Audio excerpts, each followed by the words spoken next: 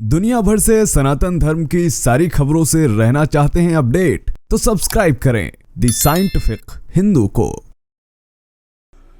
दोस्तों, आज तक आपने हजारों की संख्या में फेसबुक पर, ट्विटर पर, व्हाट्सएप पर आपको ऐसे फॉरवर्ड्स आए होंगे, पोस्ट दिखी होंगी या तमाम आपने पॉडकास्ट भी देखे होंगे जिसमें भारतीय ज्ञान, भारतीय आविष्कार या फिर उन बातों पर चर्चा की जाती है जो कि यूरोप के लिए कभी सपना थे। यानी वो तमाम ऋषि मुनि जो भारत में रह के उन्होंने आविष्कार करे थे या फिर हिंदू धर्म में ऐसी परंपराएं रची थी जिसकी वजह से आज का भारतीय समाज पिछले समय में आज के यूरोपियों से काफी ज्यादा आगे था। लेकिन इसकी चर्चा करता भी कौन है, या उन मंदिरों की चर्चा कौन करता है जिनका आर्किटेक्ट ऐसा है जिस पर 100 ताजमहल भी कुर्बान हो जाए। लेकिन ये सारी चर्चा हम भारतीय ही क्यों करते हैं? कभी यूरोपियंस को आपने देखा कि वो इस पर डिबेट कर रहे हैं? हाँ, इक्का दुक्का वीडियो आ जाए वो अलग बात है, यानी दुनिया इस पर बात नहीं करना चाहती, या यूं कहें कि हम भी इस पर बात नहीं करना चाहते, क्योंकि जब हम विदेश पहुंचते हैं तो फिर हमारी टोन बदल जाती है। हम बात नहीं करना चाहते अपनी संस्कृति के बारे में,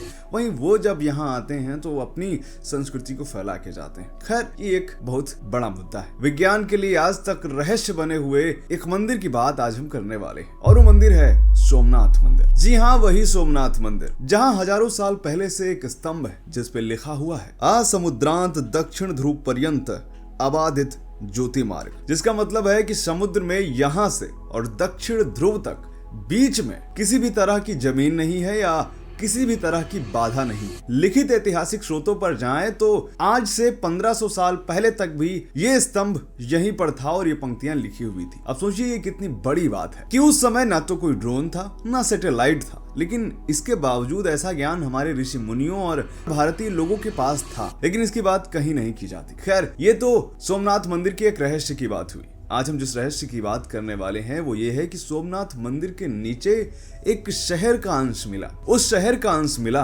जिसकी बात हमारे पुराणों में की जाती है। ध्यान रहे, जिस बाण स्तंभ की बात मैंने पहले करी थी, इसको नासा द्वारा भी वेरीफाई किया जा चुका है, जो कि 99 पॉइंट एक्यूरेट है। तो चलिए शुरू करते हैं आज का यह वीडियो। मेरा नाम है धीरेन्द्र और आप देख रहे हैं द साइंटिफिक हिंदू।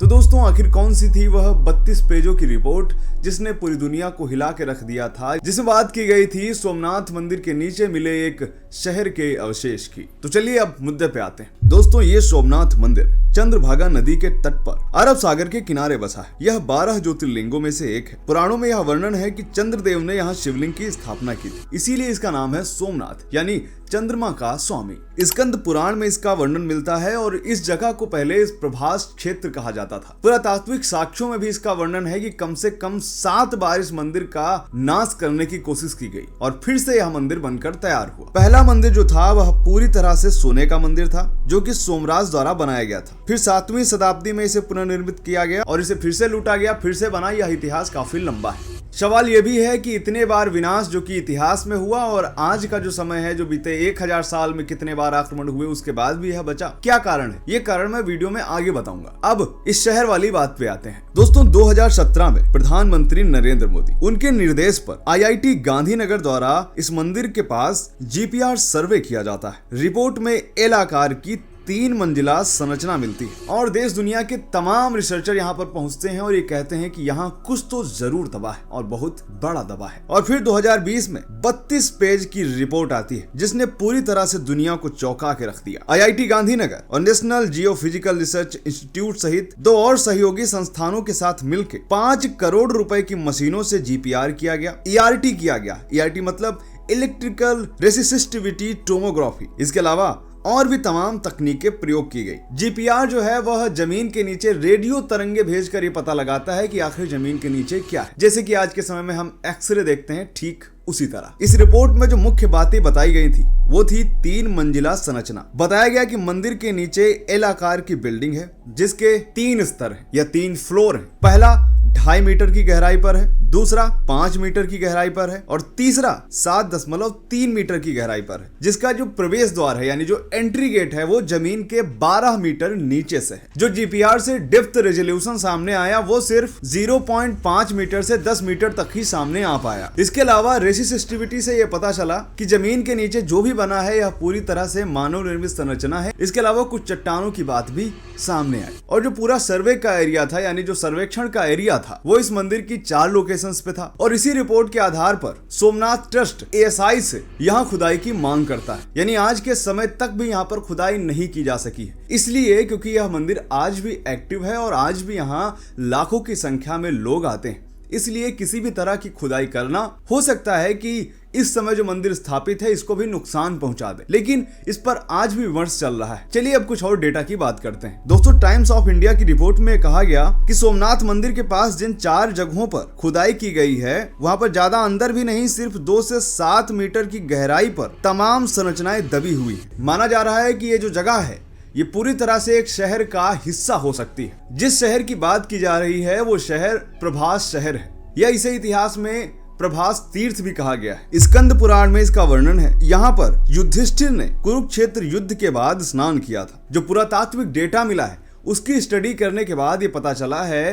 कि यहाँ पर जो नीचे से कुछ संरचनाएं मिली हैं वो 2000 ईसा पूर्व से भी ज्यादा पुरानी और यहाँ पर एक बस्ती थी। इसका वर्णन बाकायदा ASI ने किया है। इसके अलावा 2023 में एक स्टडी हुई, उसमें यह कहा गया कि सोमनाथ मंदिर के जस्ट नीचे एक बहुत बड़ी सुरंग हो सकती है और उसमें करोड़ों का खजाना भी दबा हो सकता है। ये क्यों कहा गया? ये इसलिए भी कहा गया कि गुजरात में 10 से अधिक प्राचीन मंदिर हैं जिनमें टनल्स मिले और उन टनल्स की जो लंबाई है वो 5 से 10 किलोमीटर है। यानी जो गुजरात में अन्य मंदिरों के नीचे सुरंगें मिली हैं, ठीक उसी तरह की सुरंग सोमनाथ मंदिर के नीचे भी है। दोस्तों, इस मंदिर में खजाने की संभावना इसलिए भी अधिक हो जाती है कि Indira Gandhi national centre for arts की रिपोर्ट में ये कहा गया कि यहाँ पर इस मंदिर में एक टनल है और उसी टनल से उस समय की रानी का जो खजाना था वो सोमनाथ मंदिर लाया गया, जो कि आज भी सोमनाथ मंदिर के नीचे है। इसके अलावा 1951 में जब इसका पुनर्निर्माण हो रहा था तब भी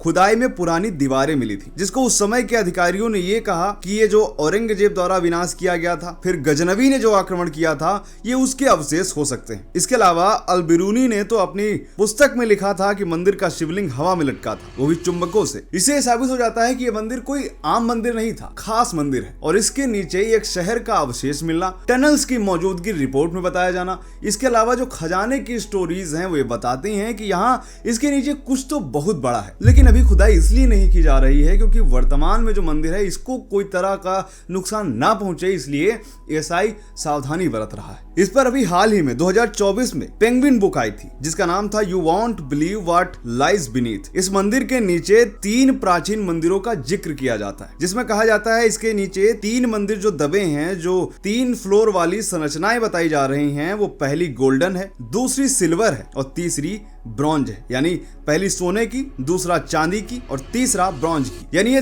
3 मंदिर हैं जो सोमनाथ मंदिर के नीचे दबे हुए हैं। इसके अलावा ASI की कुछ रिपोर्ट्स में ये भी कहा गया है कि इस मंदिर के नीचे जो चुंबकीय पत्थर हैं उनसे जुड़ा हुआ कुछ अंश मिला है। यानी उस समय भी हजारों साल पहले भी हमारे यहाँ हमारे ऋषि मुनि चुंबक का प्रयोग करना जानते थे, इसीलिए वो जो शिवलिंग था हवा में लटकता था क्योंकि चारों तरफ उसके चुंबक लगा हुआ था। अब वो बात करते हैं कि आखिर ये मंदिर इतनी बार आक्रमण के बाद 17 बार गजनवी ने किया, औरंगजेब ने तोड़ा और भी तमाम मुस्लिम आक्रांताओं ने इस मंदिर को तोड़ा, लूटा, उसके बाद भी ये कभी नष्ट क्यों नहीं हुआ? दोस्तों, भगवान शिव ने एक वचन दिया था इस मंदिर को लेकर, जिसका वर्णन शिव पुराण में है। उसमें उन्होंने कहा था कि सोमनाथ कभी पूर्णतः नष्ट नहीं होगा और यही कारण है कि 17 बार आक्रमण हुए, औरंगजेब ने तोड़ा, कई और मुस्लिम आक्रांताओं ने तोड़ा, लूटा गया, लेकिन फिर भी यह मंदिर कभी भी खत्म नहीं हुआ। और तो हजारों सालों से कई पुजारी ये बात कह चुके हैं, कई बार रात को यहाँ से ओम की ध्वनि की आवाज आती है। अब इसमें कितनी सच्चाई है ये तो मैं नहीं बता सकता। इसके अलावा इस मंदिर पर तमाम डॉक्यूमेंट्रीज आ चुकी हैं, तमाम रिपोर्ट्स आ चुकी हैं, तमाम लोगों ने यहाँ पर जा करके रिसर्चेस की हैं और उससे जुड़ी हुई तमाम कॉन्स्पिरेसीज थ्योरीज हैं, तमाम बातें हैं जो कही जाती हैं। लेकिन सोमनाथ मंदिर के नीचे एक शहर हो सकता है, इसकी जो संभावना है वह 90% से भी ज्यादा है, लेकिन खुदाई नहीं की जा रही है और जब तक खुदाई की नहीं जाएगी तब तक सच का पता हमें चलेगा नहीं। अब देखना होगा कि आखिर ASI आगे क्या करती है। तो ये वीडियो आज के लिए इतना ही, मिलते हैं आपसे अगले वीडियो में। तब तक के लिए जय हिंद, जय भारत, वंदे मातरम।